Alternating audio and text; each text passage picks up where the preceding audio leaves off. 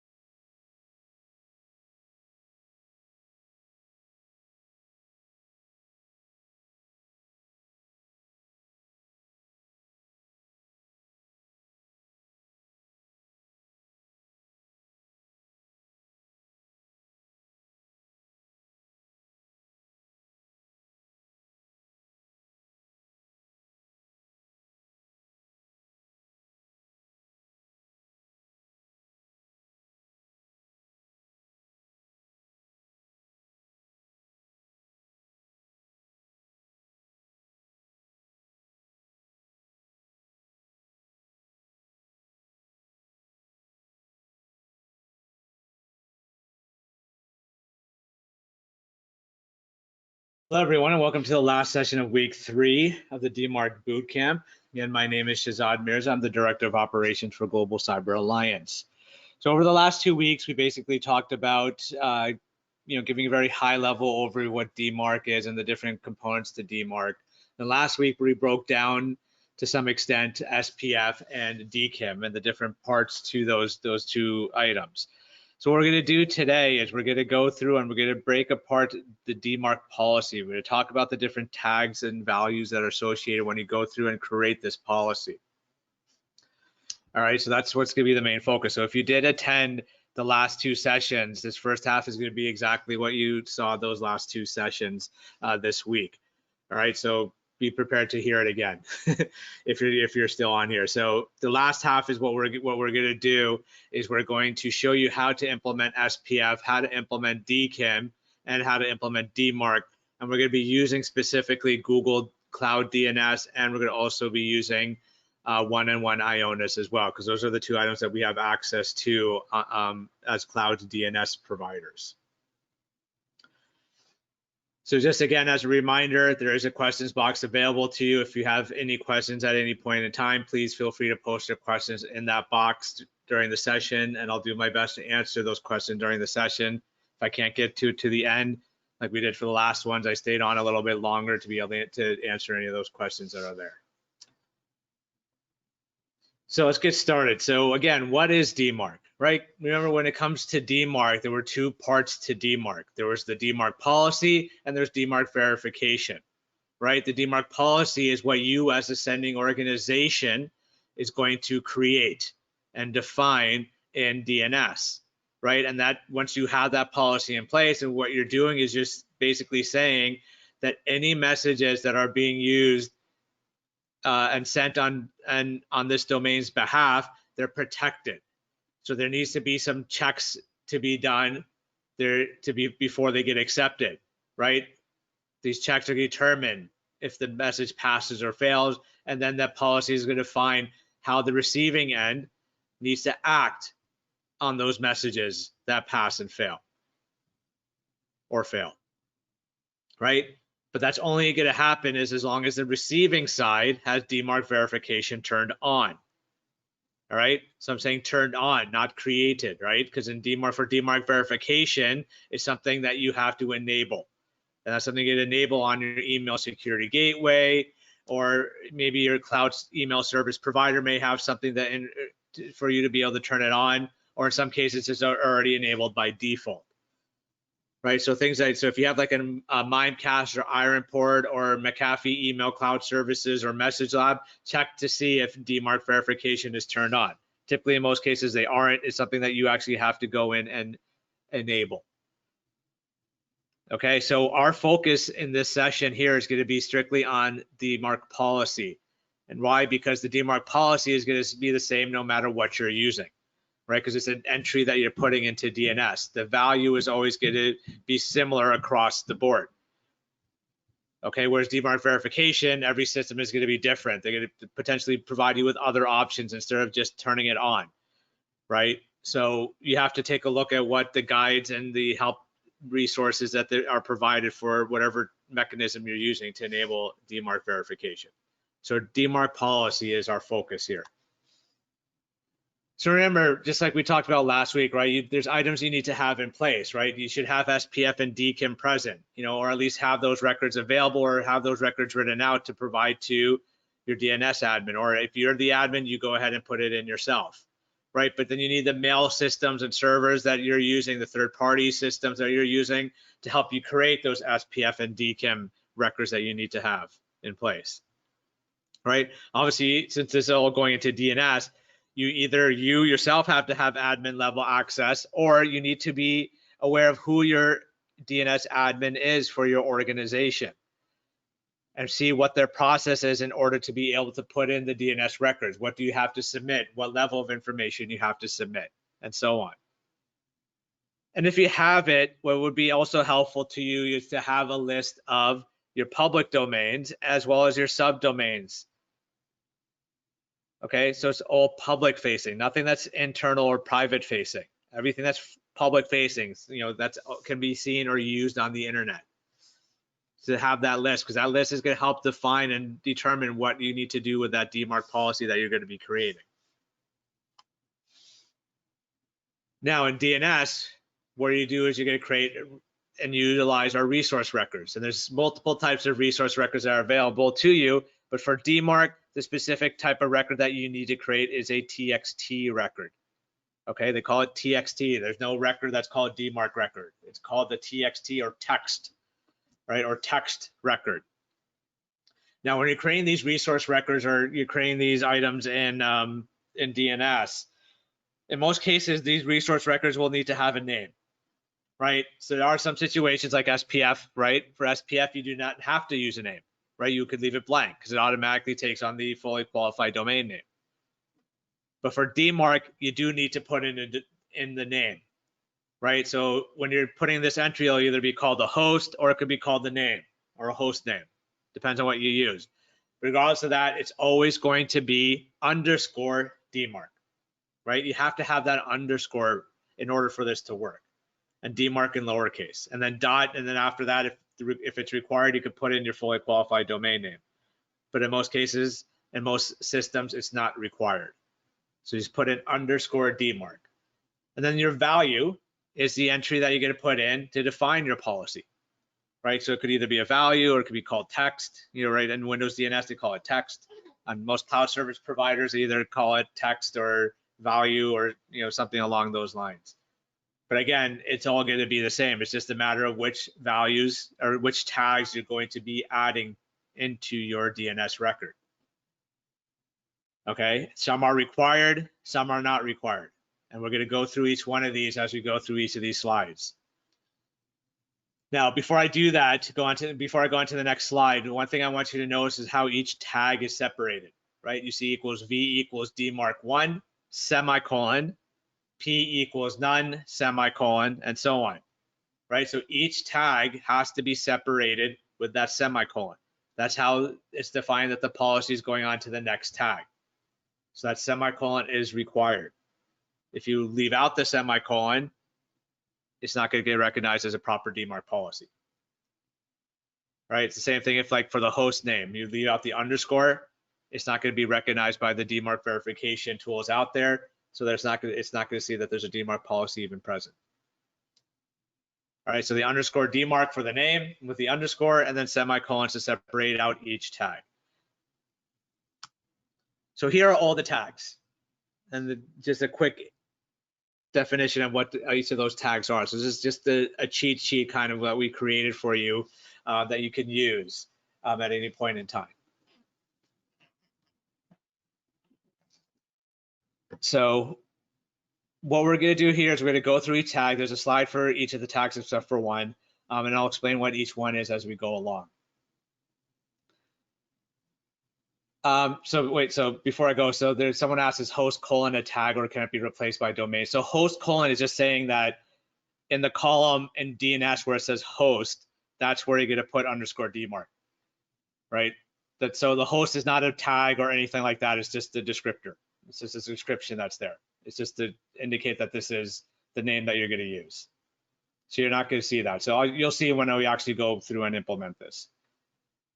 All right, so required tags. The first required tag is V equals DMARC1. I purposely put V equals DMARC1 first because that has to be the first tag that appears in your DMARC policy. You cannot start off with any other tag, because if you do, the DMARC verification tools out there will not recognize it as a proper policy and it'll ignore it. So you must start with V equals DMARC1. That's defining the version that's being used. Is there a version 2, 3? No, right now there is no discussions of having a version 2 or version 3, right? You may have read something about DMARC 2.0, but that's really just more along the lines of you still using DMARC as V equals DMARC1, but then you're using something else alongside with it, like BIMI, for example. Okay, so it's always V equals DMARC1. DMARC does have to be capitalized. Okay. The next tag, which is required, it has to be present, is the P tag. That's also going to be the second tag that you define in your policy, right? That's based on the RFC standard. That's also based on the fact that DMARC verification tools out there are going to look for the P tag to be the second tag. And if it doesn't see it, it'll ignore the rest of it'll ignore it as a policy. So it's recommended and really actually strongly suggested that you put the P tag as your second tag, because the majority of the DMARC verification tools out there, they follow the RFC, and the RFC says to put this second. Right, so when you're defining the P tag, you're defining the policy level, which are either going to be none, quarantine, or reject, right? You can only have one of them. You can't have all three or two. So it's V equals DMARC1 semicolon, P equals none semicolon, or P equals quarantine semicolon, P equals reject semicolon. All right, so now another thing to take into account when it comes to the P tag. The P tag not only applies to the domain that you're creating the policy for, but it also applies to all the subdomains for that domain. All right, so if I'm creating a DMARC policy for globalcyberalliance.org, and my P tag is set to quarantine, that means I have a quarantine DMARC policy for globalcyberalliance.org, as well as all the subdomains for globalcyberalliance.org. right? So sales.globalcyberalliance.org, m.globalcyberalliance.org, right? Those are all subdomains. So this policy applies to it. That's what the P tag is going to do. So the policy applies not only to the domain you're creating the policy for, but all the subdomains for that particular domain. So also as a reminder as to what these tags do, right? The NUN tag, or sorry, the NUN value, so the NUN policy level is going to basically put yourself into monitored only mode, right? So if you put in P equals none, you're in monitored only mode, and that's all it's doing, right? So the key thing is also is that by just putting the policy level in is not enabling reporting. It's not turning on reporting. You're just defining the policy level. So you're defining the performance aspect of DMARC. Right, so there's another tags which we could talk about. Those tags are the ones that actually turn on reporting. So none, you're in monitored only mode. It does nothing in terms of DMARC filtering or DMARC blocking and enforcement, right? All your other filters will obviously still apply. That's true regardless of what level policy you set. But at none, absolutely nothing is going on unless you enable the reporting capability of the policy, and then you get those reports, review those reports, check those reports to make sure that your legitimate servers are set up correctly, and then you move up to quarantine or reject, right? Because if you don't set up those legitimate servers correctly and the DMARC mechanisms, SPF, DKIM, and alignment all fail, right? At quarantine, the messages get put into spam junk folder. At reject, the messages are completely dropped, right? That's why you always start off at none. And that is also why you don't just leave your DMARC policy at V equals DMARC 1 semicolon P equals none semicolon, right? Because again, you're not doing anything by doing that. You're not getting any reports. You're not benefiting your domain. You're not protecting your domain. You're not protecting anyone else out in the world, right? By putting in just P equals none and stopping there, right? Yeah, technically you have a DMARC policy, but there's absolutely zero benefit by doing that. When you go to quarantine or reject, then yes, you are doing the blocking and putting things into spam and such like that, but it's still recommended to get the reports. So how do you enable reports? There's two tags. One is RUA, which is for aggregate reports, and the other is RUF for forensic failure reports, right? Then just really quickly what the difference between the two, because I'm going to go into much more detail about both of these next week. The aggregate reports are the ones that you definitely want to get, because that's the one that's going to be the summary over a period of time of what's happening with messages coming from legitimate systems and fraudulent systems, right? That's the one that's going to tell you whether it passed, failed SPF checks, did it pass, fail SPF alignment, did it pass, fail DMARC, did it pass, fail DKIM alignment, did it pass, fail DKIM checks. So the aggregate reports are the more critical ones, right? So on the previous slide, we said that the RUA tag is required. Technically, it's not. Okay, by RFC, you don't have to actually put it in there. We're saying that it's required because it's pointless to be at P equals none without having the aggregate report at least enabled and looking at those reports to determine whether you're ready to go up to quarantine or reject. All right. RUF is recommended. It is technically also optional, but we recommend it. The RUF is the forensic ones. Those are the ones where there's you get a message, and that message could be the actual message that was attempted to be delivered, or the message that actually got through, but it failed certain checks, right? And that forensic report is going to be the one that you see the full message header, you see the message body, you see the attachments, and so on and so forth. Okay. So how do you put these in? So just like you see here, after the P tag, P equals none, semicolon, RUA equals mail2, colon, then the email address, semicolon, RUF equals mail2, colon, and then the email address, semicolon. So you don't need those carets there. It's just the email address written out like you see in the examples. Right, so RUA equals mail2, colon, DMARC-RUA@company.com, semicolon, RUF equals mail2, colon, DMARC-RUF@company.com. Okay. So yeah, be wary of this was a question about email addresses. So be wary about the email addresses that you do put in here.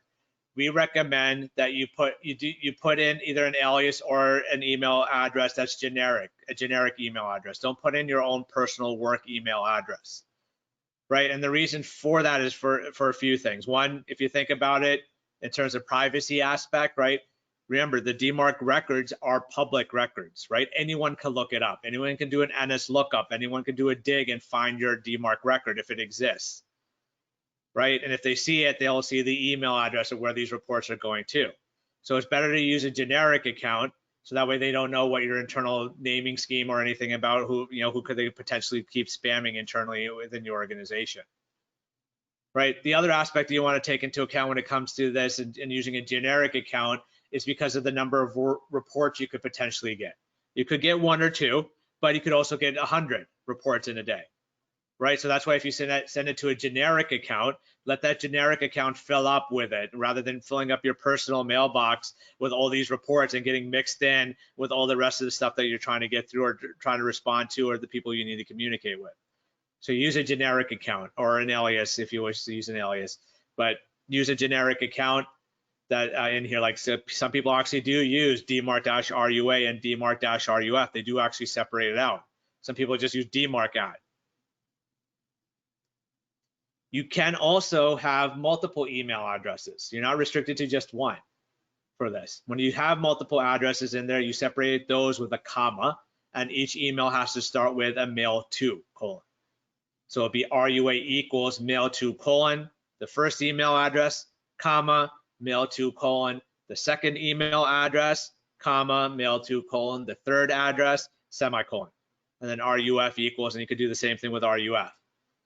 Right, so each email address separated with a comma, and each one has to start with a mail to : How many can you actually have? You can actually have as many as you want, but obviously DNS itself is going to restrict you with the number of characters. But the other thing you have to take into account is that, again, DMARC verification tools, they don't go past 3 or 4 email addresses. Okay, so it's 3 or 4 emails. So 3 or 4 emails for RUA, 3 or 4 emails for RUF. Right, they don't go past. It's just the way they're designed, because it doesn't make sense to send to so many email addresses. Just create a group account if you need to send them to all the people internal to your organization. Okay, and then that's the last thing you need to take into account when it comes with the email address. It has to be by default an email address for that domain. So if this policy is being applied to globalcyberalliance.org, the email address has to be at globalcyberalliance.org. You can send to external organizations, to other domains, but there's additional entries that need to be created in DNS on the side where you want to send the reports to. Okay, so if anyone does have questions on that and how to do that, feel free to email us directly and we'll let you know how to do that. The next tag is the FO tag. So this is the first one that we're calling optional, right? RUA and RUF technically are optional, but we're saying that those are required and recommended. The FO tag, we're saying it is completely optional. The thing is that any of these optional tags that we're going to be talking about in the next few slides, they are optional, so you do not have to explicitly define them. If you do not explicitly define them, they do have a default value that is going to be used. Okay, so if you don't expressly put in FO equals, right? So that means it's going to revert to, in this case, FO equals 0. That will be the default value for it, and that's how all the verification tools out there are going to see it as. All right, now the FO tag is only going to be used as long as you're using the RUF tag, right? Because it's going to define what's the trigger to send those message samples to that email address. Right, so the default is 0, so FO equals 0, right? So that's going to generate these messages and send these message samples if all underlying authentication mechanisms fail to produce an aligned pass. FO equals 1 is going to send the message if any underlying authentication mechanism produces something other than an aligned pass result. D is only for DKIM failures, and S is only for SPF failures. Right, the most commonly one used is FO equals 0. So people actually don't really use the FO tag too often. The only other option that I've really seen the most used after the FO equals 0 is FO equals 1. I haven't really seen too much of the D and the S being used, but there are cases where you can use them, right? Because when you're looking at your reports again, and in the reports you're saying, okay, well, it looks like DKIM is the one that's continuously failing, but SPF is fine. So people will put in FO equals D. So that way they just see the DKIM, the ones that are DKIM failures, so they can try to figure out, okay, what is going on and what the issue is with the DKIM aspect of it. Same thing for SPF. Then there's ADKIM and ASPF, right? Again, these are optional, but if you don't use them, the default value that they have for both is relaxed, or R. So ADKIM equals R, ASPF equals R. You don't have to use both of them together. I'm just putting them together in one slide because of what they do and what they're involved with. So they're both involved with alignment, right? ADKIM has to do with the alignment of ADKIM, and ASPF has to do with the alignment of SPF. So how DMARC is to interpret the alignment that's being done, right? Because remember, we talked about last week, we talked about SPF alignment. SPF alignment had to make sure that the envelope from, right, the recipient from, that the domain that's there had to match the from address, right? As long as they both match, it's considered an SPF aligned. And then DMARC considers it a pass, right? For DKIM, the domain, the D equals in the DKIM signature has to match the from domain in order to be considered a pass for DMARC, for alignment, right? So what you can do is what relaxed and strict allows you to do is, and again, the default is relaxed, is that it's saying, like, say the from address is a subdomain, but the DKIM key uses the top level domain. So if you're in a relaxed mode, it allows that to be considered a pass. It says, look, it's still it's a subdomain, but it's still within the same parameters in terms of the domain. So we're fine. It's okay. We'll let it go. Strict, it means that no, they're not the same domain. It's a subdomain and that's a top level domain. It's not the same domain. So therefore it's not considered aligned. Okay. And this is why most of the time people actually stick with the relaxed mode. But how can you determine if you really wanted to go to strict? How can you determine if you can go to strict? Again, it's going to be those reports, right? Those reports are going to tell you about SPF alignment and DKIM alignment. And if you see that the alignment is continuously passing or it's always aligned, right? And then you look at the domain that's being used and the domain always matches the from, then yeah, now you can consider actually doing strict alignment. Then you can put in ADKIM equals S or ASPF equals S. All right. So you don't, again, remember, you don't have to use them both at the same time. You can use one and leave out the other one. That's perfectly fine. RF and RI tags. Again, two more optional tags, right? So what do these do? RF is for the report format. Right, so the reports you're going to see when we talk about next week, they are always going to be in XML. It's just the way the schema that's being used and the format of the schema that's being used in those reports. So the default is AFRF, it's abuse report format, and then the other one is IODEF, incident object description exchange format. All right, so how do you know which one to use? Really, it's going to be dependent on where you're going to be ingesting these reports into. Right, because there's certain like SIM type devices or logging type devices that can ingest these types of reports, and they may have a required format for it. Right, I personally have never seen IODF being used, but again, that doesn't mean that it had never been used. I mean, they wouldn't give that option unless they've seen it, or there's some cases and situations where people have actually needed to use it. All right, those are the two options. I gave you the RFCs, so that way, if you really want to look and try to figure out the differences between the two, you're welcome to do that, because I mean that alone is going to take, it will be, it's going to take time to go through. So when we're not going to do that. The RI tag is a reporting interval. The reporting interval is in seconds, and by default it is 84,600 seconds, when that's 24 hours. So make note of that. It's in seconds. When you put this in, you're putting in seconds. So don't put in RI equals 1 and expect that it's going to be an hour. All right, that's every 1 second. Right, and what you're basically doing with the reporting interval is basically saying that, okay, how often reports should be sent and what's the interval of the information in that report. Right, so if you leave it to 24 hours, you should roughly get reports around 24 hours. It's not going to be exactly 24 hours. Right, because it depends on when the record was first seen, your DMARC policy was first seen, right? So it's not going to be exactly 24 hours, but the reports are going to have information for a 24-hour period. right? So if you reduce the number to 10 hours, the reports are going to have information within a 10-hour period, right? If you do it to 1 hour, it'll have the information in the report will be about 1 hour's worth of information of what that receiving side is seeing, right? Because remember, the reports are coming from the recipient side, the receiving end. So the receiving server, not the recipient specific, but the receiving server. All right, so default is 24 hours. That's what I typically recommend people to stick with, unless there's an urgency to get to reject right away, then yes, reduce the number down. Reduce down the number down. The most I've seen it go down to, people have used, is 1 hour, which I believe is about 3,600 seconds. So that's what you would put in, and then that's where you can define, okay, this is what needs to, you can adjust do your reports, make the adjustments, try to get to reject quickly, and then just remove the RI tag or change the RI tag back to, RI equals 84,600. But you can always just remove it. If you remove it, it'll go right back to the default of 24 hours. Then there's the PCT tag, which is optional also. The PCT tag is your percentage tag. And what the percentage tag is going to define is what percentages of messages are going to be impacted by this DMARC policy, right? So your values for the PCT tag can be anywhere between 0 and 100. So any number between 0 and 100, including 0 and 100.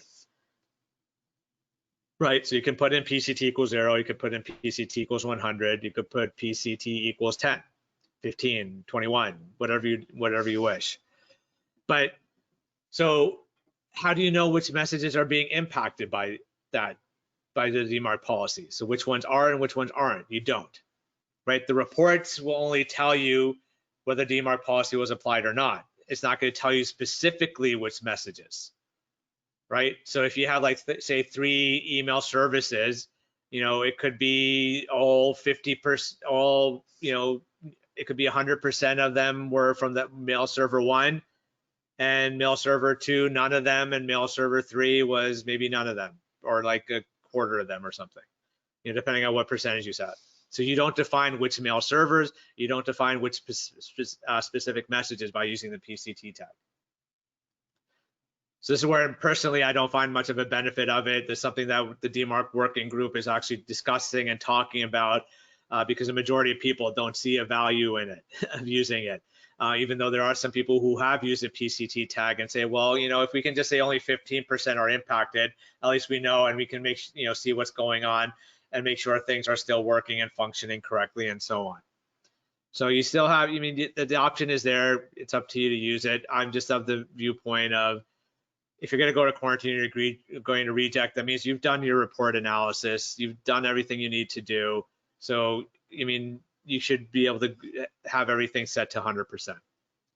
But if you do decide to use it, just remember that if you use P equals quarantine and you put in PCT equals 0, that's the same exact thing as putting in P equals none, right? Because if the PCT equals 0 and you're at quarantine, you're basically saying that none of these failed messages are going to get quarantined. So that's P equals none, right? Same thing with P equals reject and PCT equals 0. That's the same as P equals quarantine, because you're saying none of these messages should get dropped. So if they're not going to get dropped, well, guess what? They're going to get quarantined instead. So the failed messages, right? The failed messages get quarantined. Then the last tag is the SP tag, right? So the SP tag is optional, but it's something that you do really want to consider, okay? It's something that you want to consider, right? So what are the values of the SP tag? The values of the SP tag are the same as the P tag. So it'll be SP equals none, SP equals quarantine, or SP equals reject, right? So by default, if the SP tag is not present, it automatically takes on the P tag. It defaults to the P tag setting, right? And there's situations where you do really want to consider this, and one of this being that if you know for a fact that you do not have subdomains, put in SP equals reject. All right, put in SP equals reject, because you're still at P equals none, you're still reviewing these reports, you're checking SPF and DKIM, but while you're doing that, what's to prevent anyone from using not only your domain when you're at P equals none, but what's to prevent people from using your subdomains while you're reviewing the top level domain settings? Nothing, right? But if you add in SP equals reject, now you've protected all those subdomains and prevented all those subdomains from being spoofed, and you're now just focusing on your top level domain. And this has happened to organizations, especially ones that have started off with DMARC, right? They put in the DMARC value of P equals none, they're reviewing those reports, but they're not ready yet to move up to quarantine or reject. So while they're doing their review, they got contacted about their seeing an email coming from m.city.gov, right? It's a government entity, a city government entity that was being impacted, right? It's not city.gov, is not a real one, okay? But, you know, they're like, we were not ready to move our policy up to, you know, quarantine or reject, because we're gonna, if we do that, we're gonna block legitimate messages. But we really need to start blocking these fraudulent messages that are pretending to be us and using our subdomain, using a subdomain that doesn't even exist. So the question raised to them obviously is that, does that, you know, are you using any subdomains for mail? They said no, we're not using any. Right, so I said, okay, well, if you're not using any subdomains, then put in the tag SP equals reject to your policy, and that will stop all those other ones and any other subdomains trying to, you know, for your domain. So just be wary of that. You know, so if you are using it, you'll find out. If you're using any subdomains, you'll find out. But I mean, put in SP equals reject and it stopped. So they did do that, and it did stop a majority of those from continuously being sent out. The only people that were still impacted by it were the people who didn't have DMARC verification turned on, right? Because if they don't have DMARC verification, they're not checking for a DMARC policy, so for those types of spoof messages, they can still get through. The other side of the side of taking this consideration is if you do have subdomains, and those subdomains are actually being used by you for email purposes, right? Because you as the IT admin, you're responsible for the email of the top level domain, but you're not responsible for the sub level domains, right? Maybe they have their own IT shops.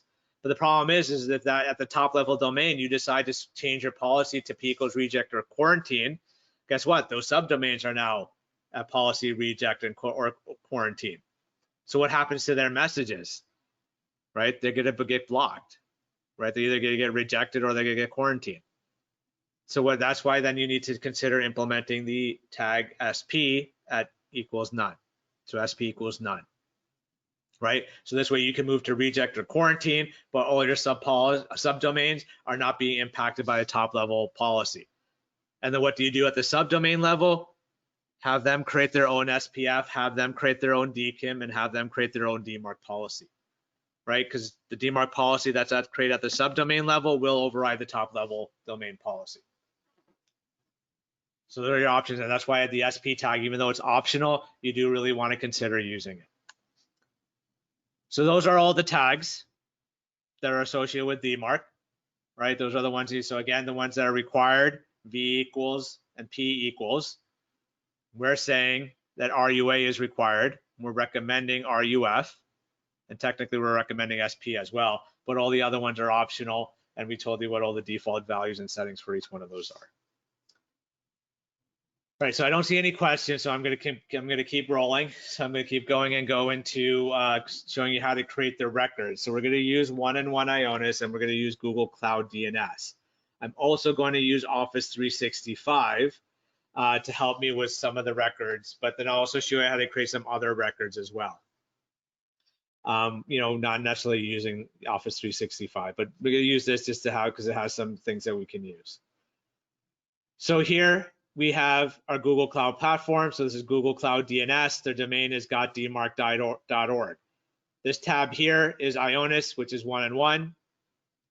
And this is where we have GCAcyber.net. And we're going to use GCAcyber.net. I'm going to show you how to create some of the records using this. Right, because the way it's done is a little bit different between each one, but a majority of the Cloud DNS providers that are out there will follow one of these two. Right, they do the same. They're very similar in terms of, like, you know, GoDaddy is very similar to how Ionis works. Same with Network Solutions, it's very similar to how Ionis works. Google Cloud DNS may be a little bit of an outlier, but we're just still going to show you how to use it here and how to do things here as well. So there's actually some records here that I'm actually going to delete.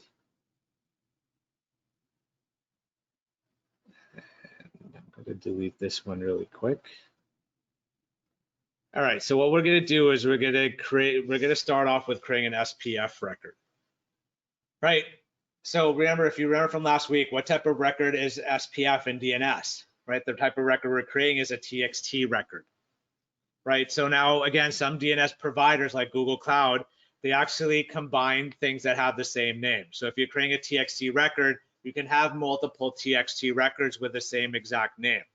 So whether the name is blank or if there's actually a name associated with it. So Google does that. So in this case here, we already have a TXT record, which is a Google site verification. So we're going to actually add our SPF to this. Otherwise, what you would do is you click on add record set. You would create your record here, right? Remember, for SPF, it needs to stay blank, so you don't have to fill out anything on there. It automatically uses .dmarc.org. We're going to change this to a TXT record. Typically, we would change this to 1 hour. I'm just going to leave it for 5 minutes. And then in here is where we're going to put in our SPF tag. So we put in V equals SPF1, just like the tooltip is showing me. But you put in V equals SPF1. I know I have MX record, so I'm going to put the MX tag, and I'm not aware of anything else that's being used. So I'm just going to put in the -all, right? Because the -all is a hard fail. So as long as it's in there, make sure it's in the record, otherwise can mark it as failed. And if I hit create in this case, it's going to give me an error because it's going to say this record type already exists, right? So a resource with that name already exists, right? So what I actually have to do is, for at least in Google DNS, I have to go down to where we have the got.dmarc.org, the TXT record here, and edit it here. So in here is where I would actually have to add the item, and I would put in the V equals SPF1 MX-all. All right, and Google does require quotes, right? Not all systems require quotes. It will spit out an error if it requires those quotes or not. So I click on save, and now I have my SPF record. Now this is the one that I'm going to be modifying, right? I do not create a new SPF record every single time I need to do something, right? If I have another system, I don't go back in and add a new SPF record. I take what I need and modify the existing record, right? So like we have Office 365 as our MX record, so technically we're protected, but it is recommended to also include whatever information that Microsoft tells you to add in to your record, right? So I'm going to go to the Microsoft Admin Center, right? We see show all. I'm going to go into settings.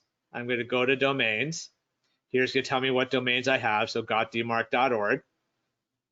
Go into DNS records, and it's going to check, okay, well, it has an MX record. It have a CNAME record, but there's an error with a TXT record, right? And the error is that we're missing this part of it. So I need to take this include.spfprotection.outlook.com, right? I need to copy that. Go back to my zone, edit this one, right? I don't create a new one. I edit this one, and I add in after the MX includes. I think I have an extra space there, yeah. Right, and this is the one I modify. So if I find out that I have something else, oh, hey, we're using Salesforce to send mail. So I put in include : underscore spf.salesforce.com. Right, so I added. So remember, everything's got to go between the V equals SPF1 and the -all. I click save, and that's where I have now my SPF. So this is where I need to make those modifications, those changes and adjustments. All right. And technically now, if I go back here, if I have it check the health again, it should, well, eventually it should pop up that it's okay.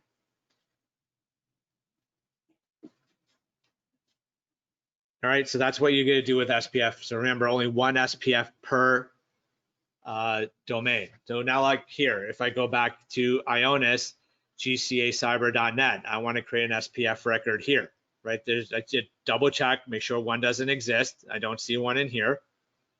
We're going to click on add record. And it booted me out. Let's see. Now, in this case here is, again, we're still doing this very similar actions, but as you can see, it's slightly different in terms of where we have to go and how we have to actually create things when we do this, right?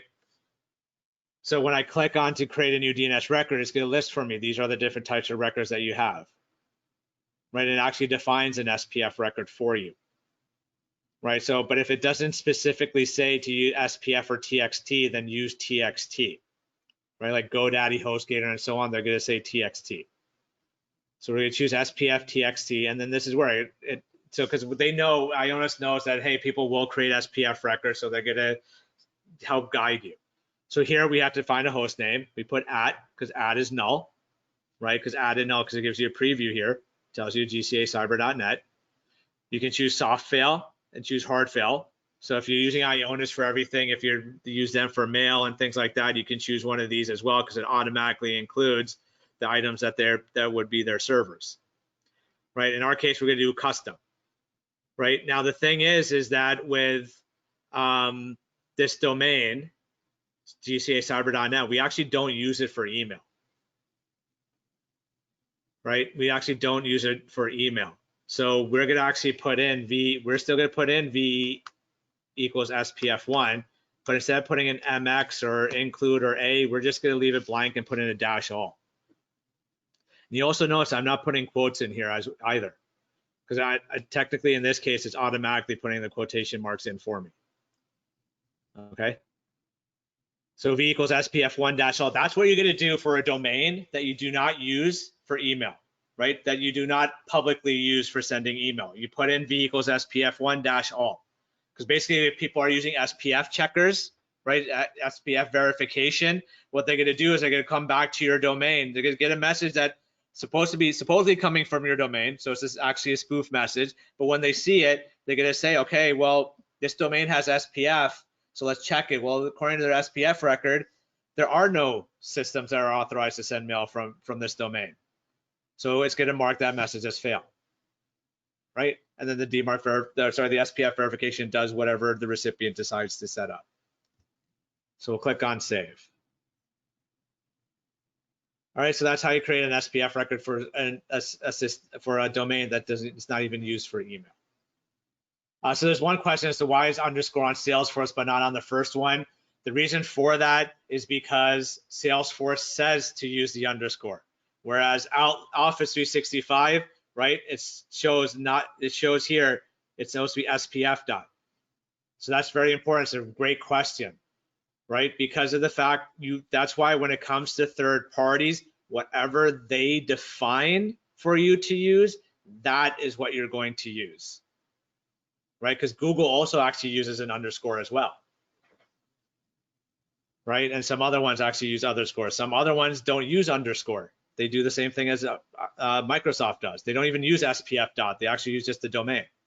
So whatever the third party defines, that's what you use. That's why I went into Office 365 to see what I needed to include. For Salesforce, I just happened to know it. You know, when you do these sessions multiple times, someone corrects you and tells you it's supposed to be underscore SPF. All right, so that's SPF. Let's go to DKIM. Right, so remember, right, when we talked about DKIM has their DKIM keys, right? Your private key, public key, right?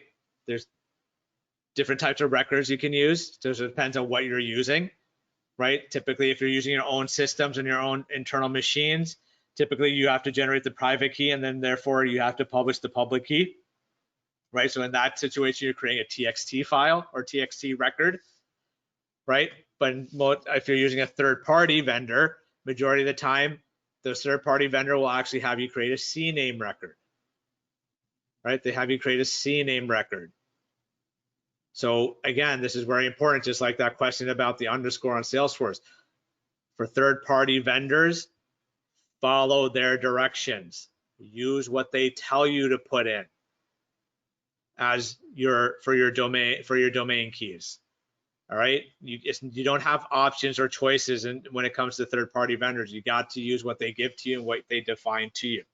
So we're going to go through that example. So like with Office 365, right? So what we'll do in Office 365 has DKIM capabilities within it. So what you actually have to do is when you're in the admin center, you go to Exchange. This will take you to the Exchange online portal. And in here, there's going to be a section for protection. And under protection, there'll be an option for DKIM. Right, so we go to protection, and then we go to DKIM. So again, as a reminder, you still have malware filters, spam filters, and all these other types of filters in place on whatever system that you're using. You still need to configure those. You still need to enable them. You still need to use them, right? SPF, DKIM, and DMARC are just one level or one layer of protection in your entire email security ecosystem, right? So those malware and spam filters, anti-phishing filters are another layer, right? These other protocols we talk about in week 5, those are going to be additional layers, right? In terms of protecting your email ecosystem. All right, so you still need to use those. All right, now going back to DKIM. So now with DKIM in Office 365 by default, your messages are actually being signed, right? They are being signed, and they're being signed by the default domain that Microsoft creates for you, which is typically your domain.onmicrosoft.com. So in this case, .dmarc.onmicrosoft.com. It says it's a default signing domain, and it is enabled. I mean, I could disable it, but I'm not going to, and you shouldn't. Okay, you should not disable this. So you're thinking, okay, well, with DKIM, if it's already signed, then I'm fine. I'm good to go. So there's nothing I need to do. No, that's not true, right? Because remember, DKIM alignment, right? What's the domain that's going to be in the signature, in that signature and the message? The domain is going to be .dmarc.onmicrosoft.com. Well, what's the email address in the from? In that, it's at .dmarc.org. Are they the same domain?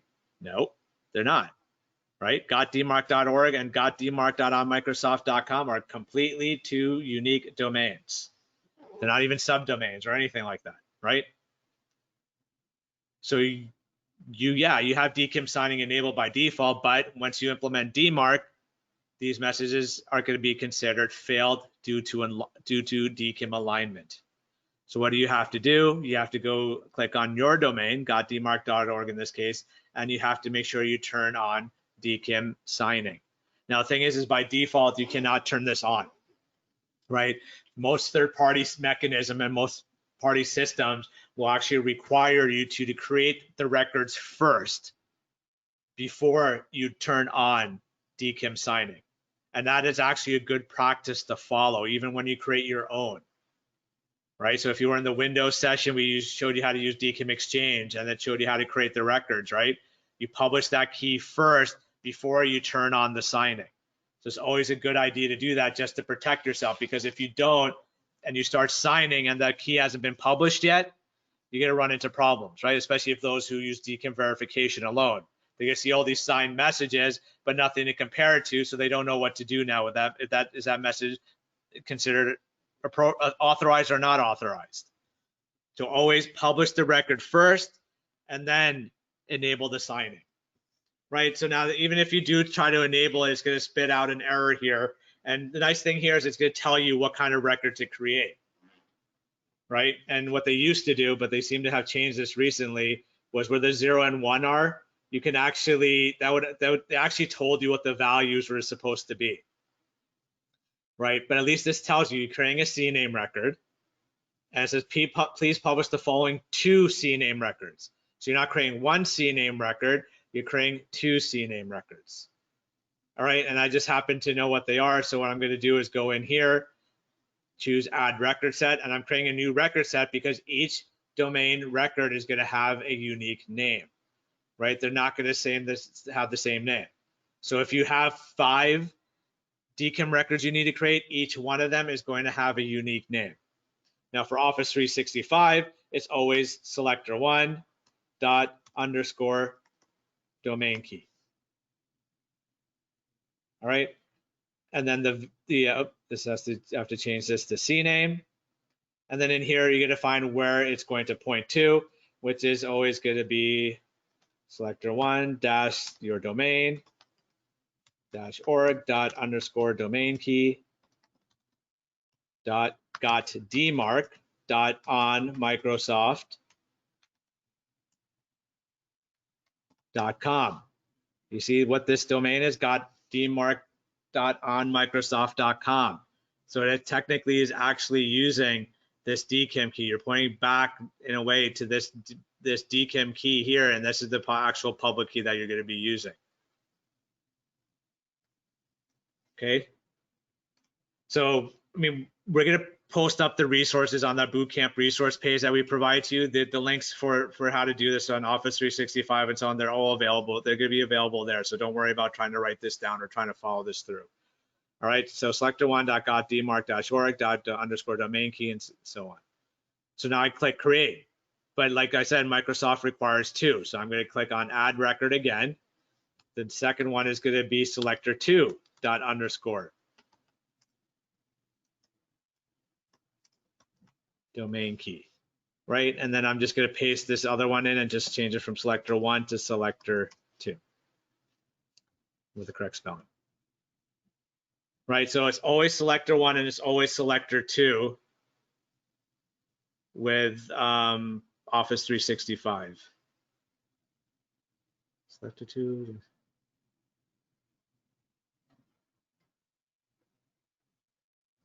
Oh, sorry.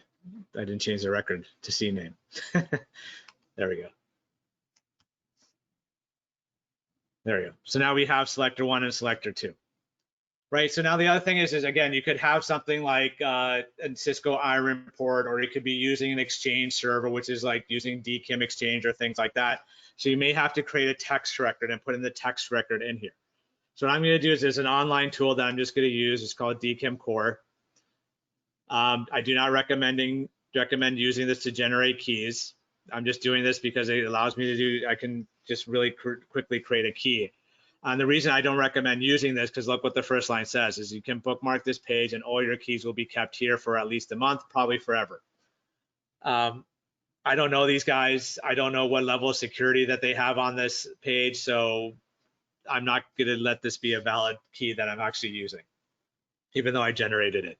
I don't know how many I've generated so far at this point, but this is where it gives you the private key, and then you would download that private key, put it up onto put it to wherever your DKIM signing is happening, to whatever system the DKIM signing is happening. But the public key is the important part, right? Because this is the part that you have to take and publish into your DNS. Now, the thing is I'm not going to take this whole thing and just copy and paste it. I just have to take the parts that I need, right? Because in this case here, this is the name of the record. This is just saying that it's you're creating it in a text file, and then this is the actual value of the record. Now, the other thing is I don't need the full copy of this. I just need the portion that I need to put into DNS. So I'm just going to copy this, go back to my DNS, add a record set. So I'll put this here in DNS, change this to TXT, and then I'll go back to here, copy everything, including the parentheses, and put it back into here, and then create. And now I have my TXT version of the DKIM key, which I am going to delete now because this is not valid and I don't want it to be considered valid. So that's all I have to do. So what do I do in Ionis? It's pretty much the same thing. So what I'm going to do is here is I'm going to click on add record. I'm going to choose TXT, right? So if I was doing CNAME, I would choose CNAME. So let's just do CNAME first, right? In the CNAME, I would define what my host is. So it's like, say, selector1,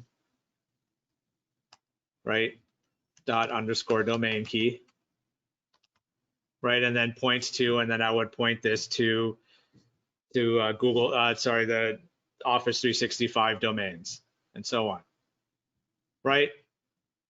But if I want to add the TXT record, right, I just click on add, choose TXT. Then again, same thing. This is where I would put in that selector that was defined, right? So I would go here, right, take this part,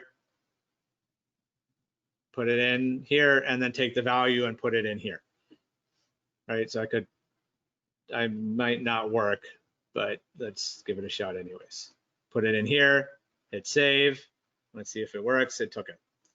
Right. The only concern that I always have that it might not take it because not all Cloud DNS providers will allow for 2048-bit types of devices or records. So you have to be careful with that. So if they don't take it, talk to the help desk of that DNS provider first before switching to 2048. Or sorry, for switching to 1024. Now the other thing is since GCA cyber.net is not being used for DNS, or sorry, being used for email, I'm not going to create a DKIM record. I'm going to not even create a blank one. I'm not going to create anything for it. I'm leaving it alone. So there will be no DKIM record for it. All right, so that's how you're going to create DKIM records.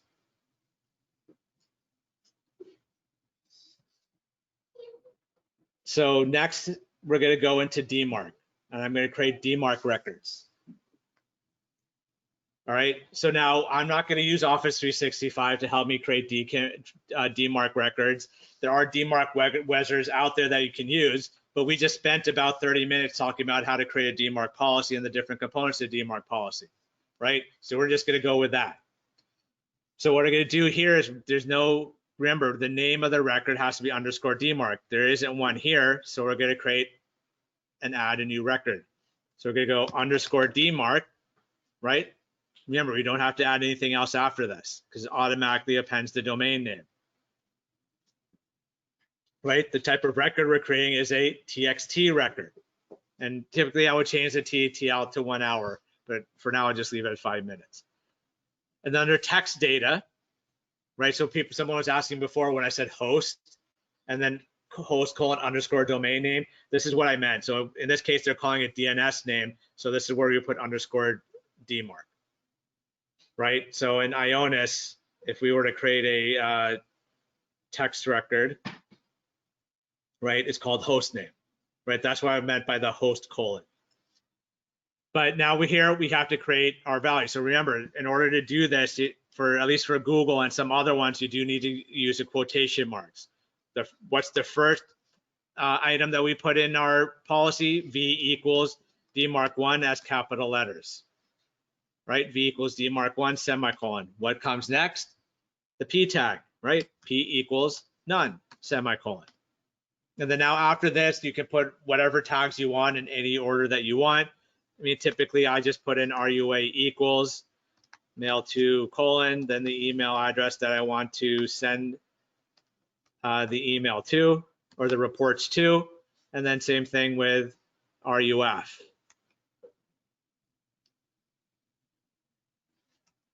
Right? And technically this is all I need. Oops.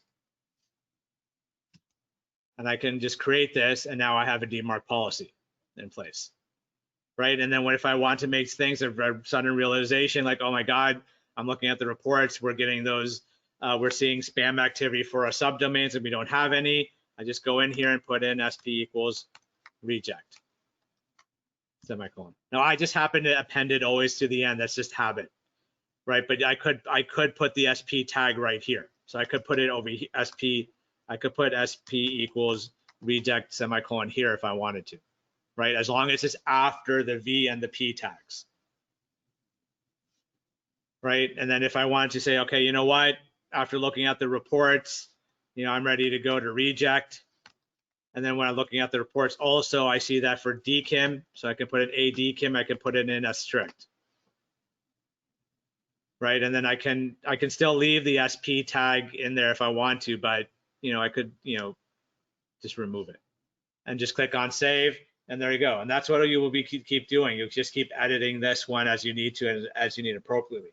In majority of cases, when you're going through this whole process, it's SPF that's going to probably change the most, and creation and removal of DKIM records are probably going to happen the most. You're probably not going to be changing your DMARC record that often, except when you're changing your policy levels. Okay, so that's how you create it. And then let's go back into Ionis. I know we're 2 minutes over, but let me just wrap up here. So we're already adding a TXT record. So what we're going to do is we're going to create a DMARC record again, right? Host name or host is _DMARC. And now the value in this situation, so again, we don't use this for email, right? So there's no email usage whatsoever. No, there should be nobody receiving email from this particular domain. So what we're going to do is we're going to put in v equals DMARC1 semicolon p equals reject semicolon, and then now we're done. Right? We're now protecting this. So we did the SPF empty, we did the DMARC policy of reject, and technically what you should do is also send it somewhere, right? Send them at least the RUA report somewhere. And, you know, I typically do it just out of curiosity, just to know what, you know, if someone happened to be using that domain, right? And I click on save. But again, remember, even though I did set it up to send it to got.dmarc.org, I actually have to go into my DNS and into Google here and actually add another record to be able to accept those reports.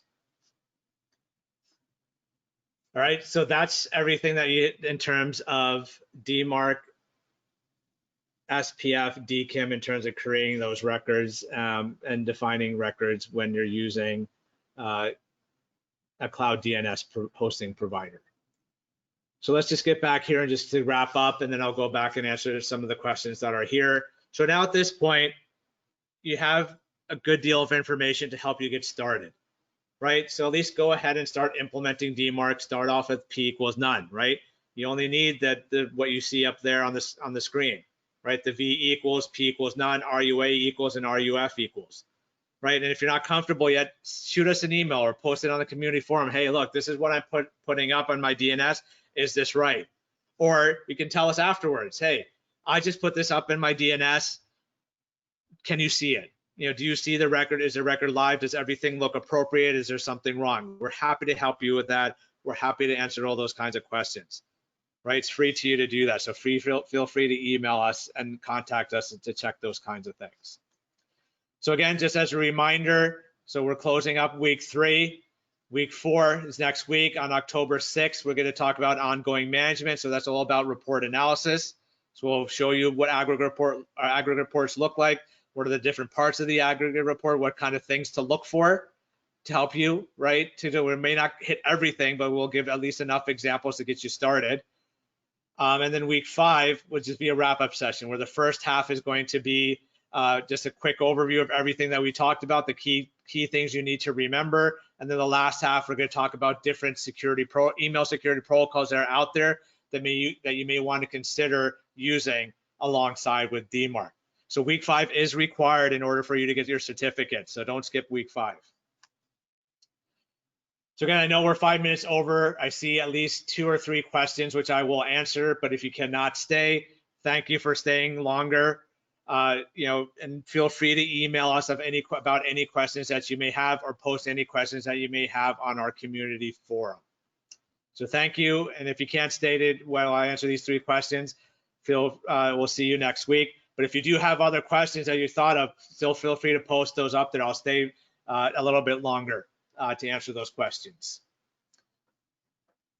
All right, so first one here is so you had mentioned in an earlier session that DKIM records can be multiple depending on the type. So CNAME for third-party mail servers and TXT for on-prem mail servers. Since GCP Microsoft is a third party, so we use CNAMEs. Is that correct? Yeah, so again, it depends. So if you're using Office 365, that's what I'm considering a third party. So Office 365, it'll always be a CNAME. But if you're using on-prem Exchange servers, then that's in most cases going to be a TXT, right? So the best thing to do is to confirm with whatever third-party provider you're using, follow their instructions. Because there are some, like Google G Suites, for example, right? They're a third-party provider, but they actually use TXT, right? They don't use CNAME. They actually have you create a TXT record, right? So a majority of them actually use CNAME, but there are still some out there that will use TXT record. For on-prem mail servers, you would use a TXT record. Yeah, typically for on-prem mail servers, you typically use a TXT record, right? But again, that's dependent on what you're using to create the keys, right? So like the Cisco Iron ports, the Mimecast systems, I know the DKIM Exchange, all those use TXT. Is Ionis a separate Cloud DNS provider than GCA DNS? So there's no GCA DNS. GCA, as Global Cyber Alliance, our primary is actually Google, but we also have Ionis as another one for some of the other domains that we own. So Ionis is a cloud hosting provider. They're actually a registrar. So you can actually purchase domains from them, and you can actually use them as your DNS hosting provider as well. Or you can always transfer the domains. It's really up to you. So Ionis is just another, so Ionis is like using GoDaddy, like using Network Solution or HostGator and those types of things. And Google Cloud DNS. All right, so those are all the questions that are there. Again, thank you for all those who stayed later to just listen, to get through the whole thing and to listen to all the questions that were posed to us. Again, if you do have any questions, feel free to send us an email. You can use the email addresses that are provided there on the screen. Otherwise, again, I hope to see you all next week. Thank you, and have a good night, good evening, or good afternoon, depending on where you are in the world.